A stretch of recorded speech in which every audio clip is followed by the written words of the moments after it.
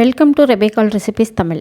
இன்றைக்கி நம்ம ரெபேக்கால் ரெசிப்பியில் பச்சை புளி ரசம் எப்படி பண்ணுறதாங்க பார்க்க போகிறோம். ஈஸியாக சட்டுன்னு செஞ்சிடலாங்க. சாப்பிட்றதுக்கு அவ்வளோ டேஸ்ட்டாக இருக்குங்க. 10 நிமிஷத்தில் இந்த ரசம் பண்ணிடலாங்க. இப்போ இந்த ரெசிபி எப்படி பண்ணுறதுன்னு பார்க்கலாம். வாங்க வீடியோக்குள்ளே போகலாம்.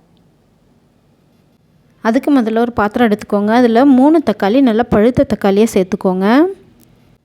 கூடவே 10 பல்லு பூண்டு தோலை உரிச்சிட்டு தட்டிட்டு சேர்த்துக்கணும். 5 சின்ன வெங்காயம் தோலை உரிச்சிட்டு இந்த மாதிரி தட்டிட்டு சேர்த்துக்கோங்க. கூடவே கொஞ்சமாக கொத்தமல்லி இலை சேர்த்துக்கோங்க. உங்ககிட்ட சின்ன வெங்காயம் இல்லைன்னா பெரிய வெங்காயம் கூட சேர்த்துக்கலாம். கொஞ்சம் புதினா, கொஞ்சம் கருவேப்பிலை சேர்த்துட்டு தேவையான அளவுக்கு உப்பு சேர்த்துக்கோங்க. கூடவே 1 டீஸ்பூன் மிளகு, 2 டீஸ்பூன் ஜீரகம் நல்லா நெய்ஸாக அரைச்சிட்டு சேர்த்துக்கோங்க.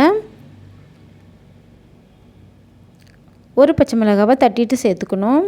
சேர்த்துட்டு நல்லா பிசைஞ்சு விட்டுக்கோங்க. கையாலே நல்லா மசிச்சு விட்டுக்கணும். இந்த மாதிரி இப்போ நல்லா மசிச்சு விட்டாச்சு. இது கூடவே ஒரு லெமன் சைஸ் அளவுக்கு புளி எடுத்து ஊற வச்சு கரைச்சிட்டு வடிகட்டிட்டு சேர்த்துக்கோங்க. கூடவே தேவையான அளவுக்கு தண்ணி சேர்த்துக்கோங்க. அதிகம் தண்ணி சேர்த்துற வேணாம், உங்கள் புளிப்புக்கு ஏற்ற மாதிரி தண்ணி சேர்த்துக்கோங்க. இந்த ஸ்டேஜில் உப்பு காரம்லாம் கரெக்டாக இருக்கான்னு பார்த்துக்கோங்க. இந்த ரசத்தை அப்படியே கூட சாதத்தில் ஊற்றி சாப்பிட்லாம். டேஸ்ட்டாக தாங்க இருக்கும். நான் இதை தாளிச்சிக்க போகிறேங்க.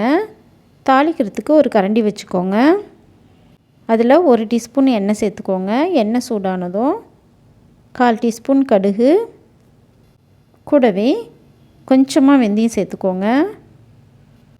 ஒரு காஞ்ச மிளகாவை கிள்ளிட்டு சேர்த்துக்கோங்க. கூடவே 1/4 டீஸ்பூன் பெருங்காயத்தூள் சேர்த்துக்கோங்க.